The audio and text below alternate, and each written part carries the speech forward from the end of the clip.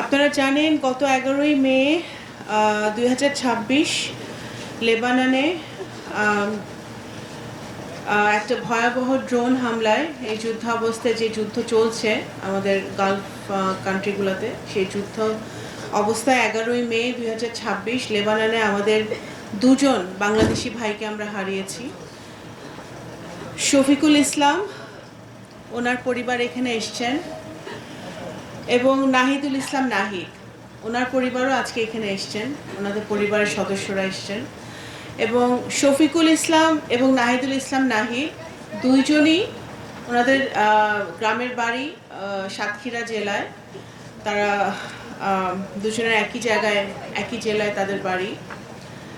আসলে আপনারাও আসেন সবসময়, যখন আমরা আসতে হয় আমাদের এয়ারপোর্টে এই ধরনের একটা পরিবেশ তৈরি হয় যে আমাদের রেমিটেন্স যোদ্ধারা, বিশেষ করে শফিকুল ইসলাম এবং নাহিদুল ইসলাম নাহিদ খুবই রিসেন্টলি ওনারা গিয়েছেন লেবাননে কাজ করতে। একজন গত বছর গিয়েছেন, একজন এই বছর ফেব্রুয়ারি মাসে গিয়েছিলেন।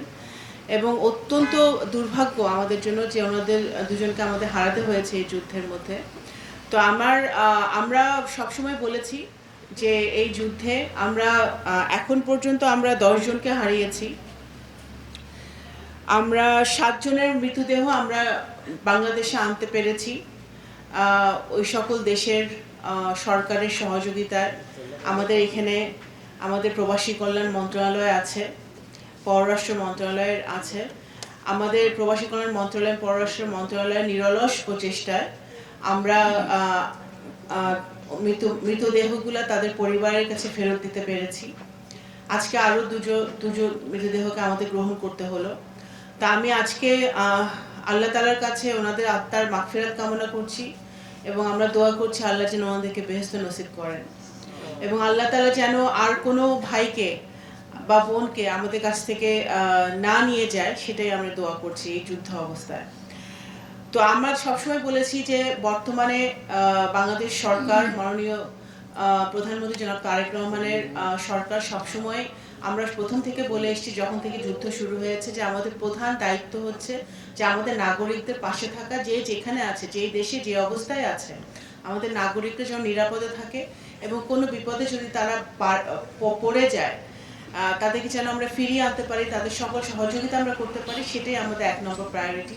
এবং সেটাই প্রবাসী কল্যাণ মন্ত্রণালয়, পররাষ্ট্র মন্ত্রণালয় নিরলসভাবে কাজ করে যাচ্ছে।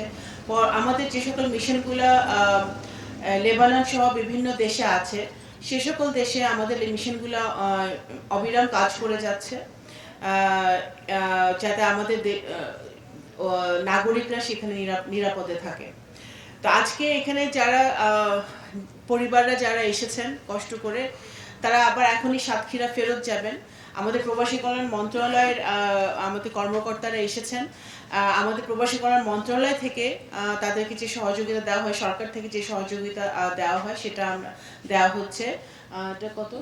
25,000 টাকা লাশ পরিবহনের জন্য, আর 50,000 টাকা হলো বিশেষ অনুদান। আচ্ছা, লাশটা পরিবহনের জন্য, দাফন কাফনের জন্য আমরা অনুদান দেওয়া হয় সরকার থেকে 35,000, এবং বিশেষ অনুদান 50,000 টাকা দেওয়া হচ্ছে। এবং যেহেতু ওনারা রেজিস্টার্ড বিএমইটি কার্ড আছে, সকল ওনাদের তথ্য আছে, ওনারা এর পরবর্তীতে আরো 3 লাখ এবং 10 লাখ, 3 লাখ এবং 10 লাখ, 13 লাখ টাকা করে ওনারা পরবর্তীতে পাবে। এবং আমি, আমার বোন এখানে আছে, ওনার ছোট ছোট 2টো বাচ্চা আছে। আমি বলেছি যে আমাদের সরকারের পক্ষ থেকে যে সকল সহযোগিতা আমাদের করার প্রয়োজন হয়, সে সকল সহযোগিতা আমরা করব। এই 2টো পরিবারের পাশে আমরা আছি, সব সময় থাকব, এবং সরকার যা যা করার প্রয়োজন এই পরিবার 2টোর জন্য আমরা করব ইনশাআল্লাহ। ধন্যবাদ।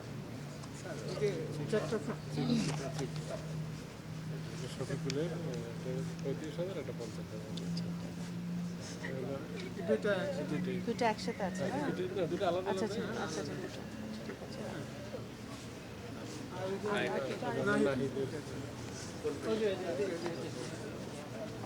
আপনার নেবেন?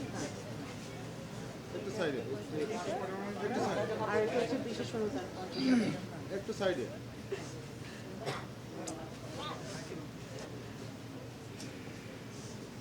ঠিক আছে, একটু সাইডে। আর আমরা তো ওনাদেরকে আমাদের আমার মনে হয় ওরা 7 জন। আপনারা আমাদের সাথে আমি আপনাদের সাতক্ষীরা 1 না 2? সাতক্ষীরা কত এলাকা? আপনাদের গ্রাম কোন উপজেলার নাম কি? কোন উপজেলা? সাতক্ষীরা সদর? সদর? আচ্ছা আচ্ছা, ঠিক আছে, আমি ওখানে খবর দিচ্ছি। চেষ্টা করেন সাতক্ষীরা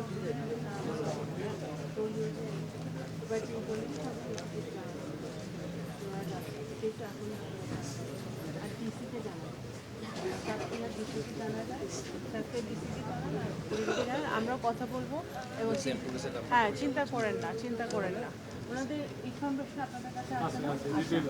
ঠিক আছে, আমরা দেখবো ইনশাআল্লাহ।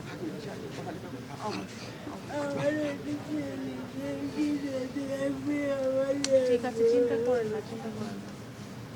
আগে এখন আপনি নিয়ে যান, আল্লাহকে ডাকেন, নিয়ে যান, ওনাকে দাফন টাফন করেন এবং মেয়ের বাচ্চা দুইটাকে দেখার জন্য আমরা আছি, সরকার আছে, আমরা আছি, সমস্যা নেই, চিন্তা করেন। আসেন।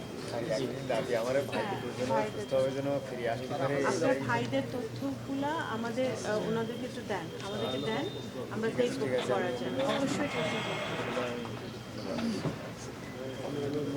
সেন্টারে একটু যোগাযোগ করেন। হ্যাঁ,